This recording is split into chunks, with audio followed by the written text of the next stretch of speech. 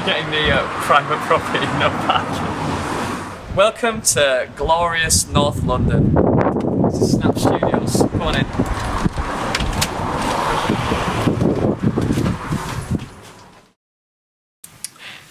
So this is the control room.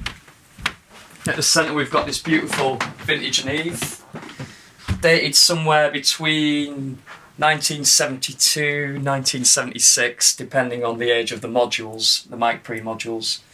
The mic pre EQ is essentially the same as a 1081.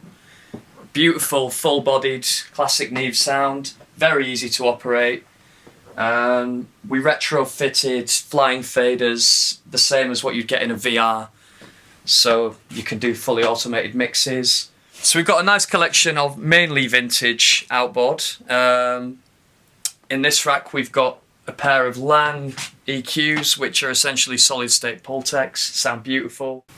And moving on to the special section, beautiful, well maintained Fairchild 670, which sounds absolutely fantastic. I'm sure you all know what this is, so I don't really need to explain.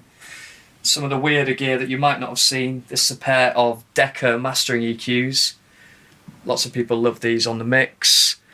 The top end sounds phenomenal. They actually go up to 32k, obviously for cutting, but it can have this beautiful air, which you can't really get with many other things. And finally moving on, Prism Converters. These are configured 24 in, 40 out. We've got them on a really short run between obviously the patch bay and the console, so we try to keep cable runs as short as possible, and they sound great. So not only do we have digital, but also we can track the tape here, 16 or 24 track 2-inch. Moving on, we've also got beautiful Ampex ATR, the Rolls-Royce mastering machine. So this is our live room. It's about 55 square meters. It's a nice size. It's also got this extra little section at the back. It's a great room for doing, you know, ensembles, live bands. Got a great drum sound in here. Lots of people prop the door open as well and put ambience out in the kitchen or in the hallway to get a killer drum sound. And yeah, it's great. It's a wonderfully controlled room as well. It sounds great on strings and brass. We've had a 12-piece string section in here this way. It sounded fantastic. We're really lucky. We've got this solid oak floor, which was reclaimed from a church hall in Yorkshire. And I think it really helps to make the room sound great. We've got some great amps, some great acoustic guitars, a few electrics. This beautiful Ampeg 2x12, very nice. Lots of people love it on guitar.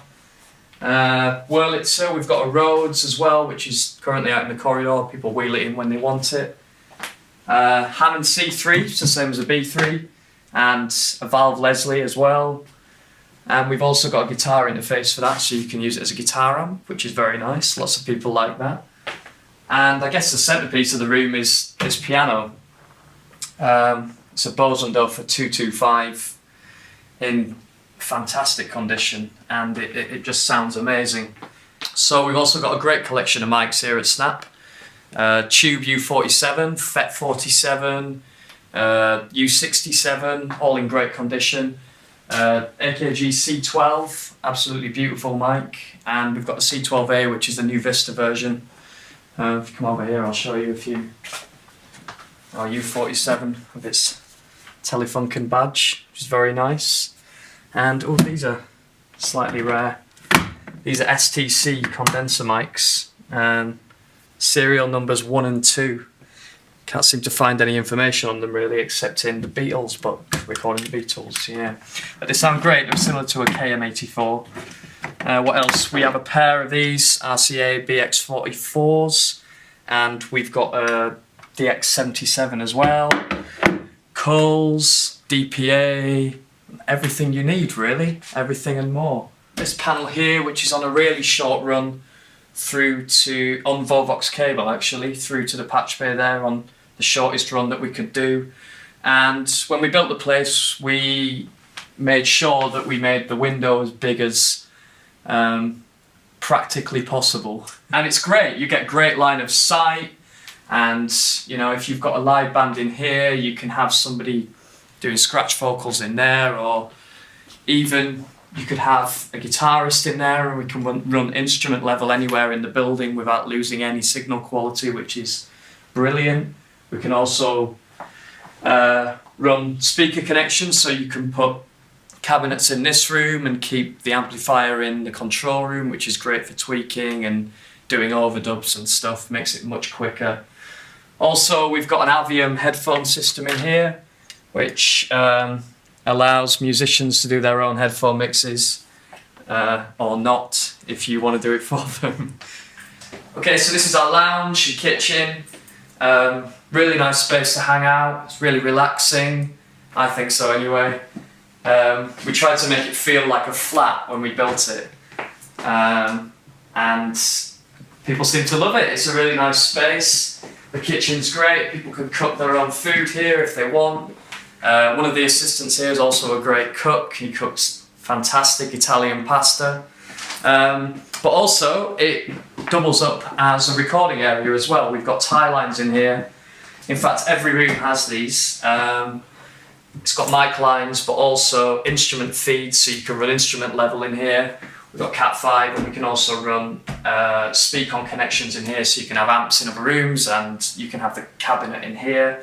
The same with MIDI and AES, which never gets used in here, but should anybody want to record MIDI in the kitchen, they can. But this room gets used a lot actually to take ambient mics when tracking drums in the live room. So we'll prop the doors open, and it just sounds great. It's explosive, it's really bright, and it's a great sound. It's really nice to blend in with what you get in the live room. Okay, so this is another recording area that we've got in the building. It's a little booth which pretty much 9 times out of 10 gets used for the bass amp. That's our amp there actually, the Ampeg. Very nice indeed. That sort of classic Motown sound. You can run instrument level into here, so you can have the musician in the live room, but you can have the amplifier in here, and you don't lose any signal quality. There's no problems, and it works really nicely if you want to make sure you've got separation when tracking live. If you can follow me as well, I'll show you another room that allows us that. Not the AstroTurf actually, which is a bit funky. This is another space which can also be used for recording. Originally this was going to be an extra little lounge, and whilst you can lounge in here, most of the time we use it to put amps or horn sections or anything that you don't really want in the live room. So this room gets used for sort of programming and editing, and also we've got a nice collection of analog synths in here, which are available to use in the big studio. If someone's here for a couple of weeks, this can work nicely to have somebody working in here. So we try to offer this for a reasonable price alongside Studio One if you need it for longer sessions. And yeah, it's a nice space. Follow me to the tile room. So we can also park 4 or 5 cars here, which is really great for a London studio. We're only 10 minutes away from the tube station as well, which is Manor House. Very easy to get to. Park a couple of cars out in the front as well.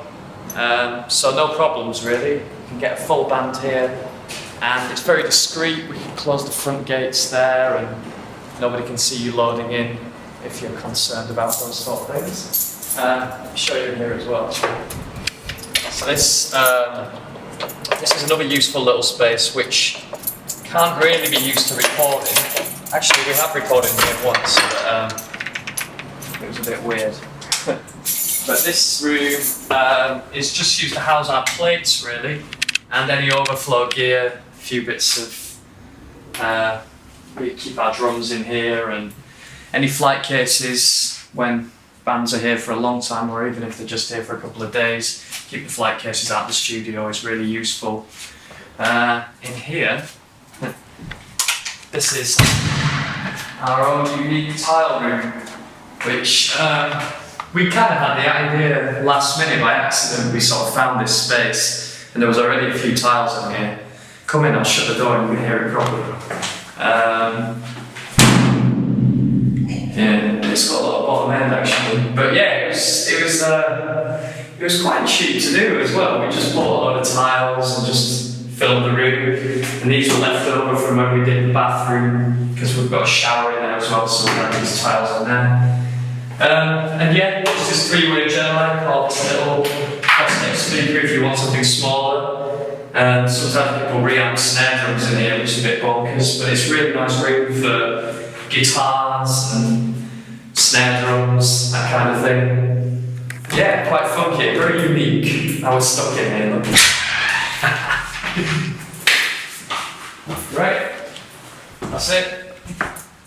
That's it. So when the idea of Snap first came about, the plan was to build the ultimate budget studio. As things progressed, that idea slightly changed.